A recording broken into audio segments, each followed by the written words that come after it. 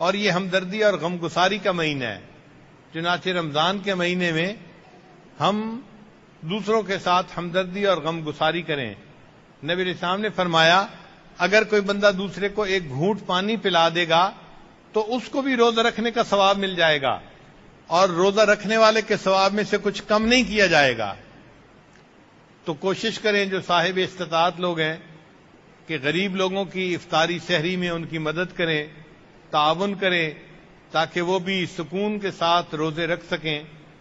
اللہ تعالی ہمیں رمضان مبارک میں خوب عبادت کرنے کی توفیق عطا فرمائے اور اللہ تعالی ہمارے سب گناہوں کو خوب معاف فرمائے.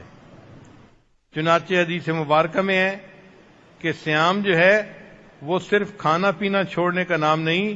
انما الصائم من اللغو والرفث، انما الصیام، روزہ جو ہے وہ لغو باتوں سے پرہیز کرنے میں اور جو بے حیائی کی باتیں ہیں ان سے پرہیز کرنے کا دوسرا نام روزہ ہے. تو رمضان میں اپنی نگاہوں کی حفاظت، زبان کی حفاظت، شرمگاہ کی حفاظت، تاکہ ہمارا روزہ صحیح معنوں میں روزہ بن جائے اور ہمیں اس کے بدلے اللہ کا وصل اور اللہ کا دیدار نصیب ہو جائے. اور اس میں ایک عجیب نقطہ اور ہے کہ اللہ تعالیٰ نے روزے کا اجر اپنے ذمہ لے لیا کہ باقی اعمال کا اجر تو فرشتے لکھ دیں گے، روزے کا اجر میں دوں گا. روزے کا اجر اللہ دیں گے تو کیا مانا کہ جس بندے کے روزے قبول ہو گئے وہ بندہ جہنم میں نہیں جا سکتا چاہے اس کے گناہ جتنے بھی ہوں گے، چونکہ اجر اللہ نے دینا ہے. تو ایسا تو ہو نہیں سکتا کہ اللہ تعالیٰ اجر دیں اور وہ اجر اس کے گناہوں سے تھوڑا ہو. بھئی دینے والا تو پروردگار ہے نا، تو پروردگار کو تو پیچھے کوئی کمی نہیں نا بجٹ کی کہ اس کو اتنا دے سکتے ہیں، اس سے زیادہ نہیں دے سکتے. جب اللہ نے اجر دینا ہے اس کا معنی یہ کہ اللہ اس کو اتنا اجر یقیناً دیں گے کہ جو نیکی اس کے گناہوں سے زیادہ ہوگی اور وہ بندہ یقیناً جنت چلا جائے گا. اس لیے رمضان کا مہینہ اپنے گھر میں اچھی طرح گزارے. اگر کوئی بے نمازی بھائی ہے تو اس کو نماز کی ترغیب دیں، رمضان کی ترغیب دیں. کوئی عورت رمضان کے دنوں میں سستی کرتی ہے تو اس کو بھی ترغیب دیں کہ بھئی رمضان کا مہینہ ہمیں بہت اہتمام کے ساتھ گزارنا چاہیے تاکہ اس کے بدلے اللہ ہماری بخشش فرما دے. اللہ تعالی ہمیں پابندی کے ساتھ عبادت کرنے کی توفیق عطا فرمائے اور ہمیں نیکی پر اللہ استقامت عطا فرمائے.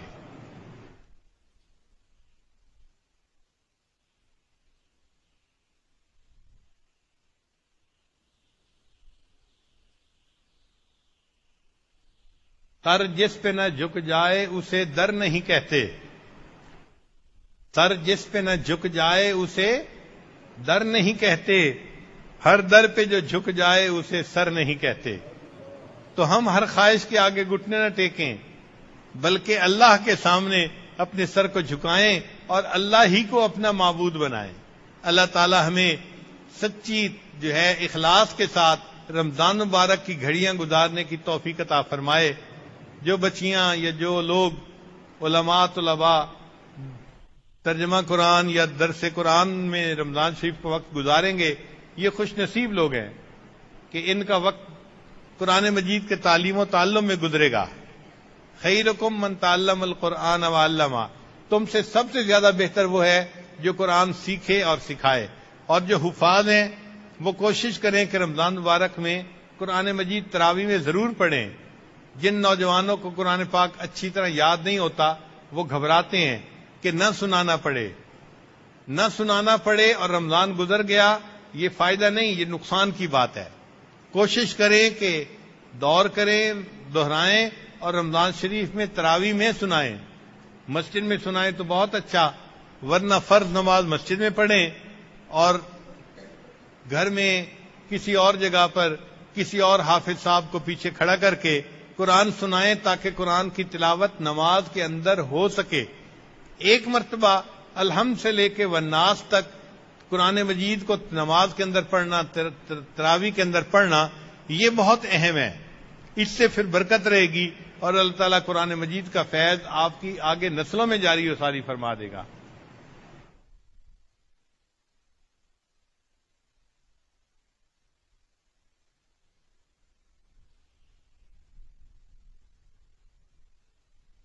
آج کل کے دور میں لوگوں کو اپنا وزن گھٹانے کا بڑا شوق ہے. اس کی دو وجوہات ہیں.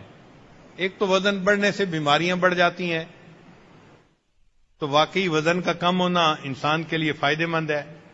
آدمی چاق و چوبند ہو جاتا ہے، چلنا پھرنا آسان ہو جاتا ہے، کام آسان ہو جاتا ہے، سستی ختم ہو جاتی ہے.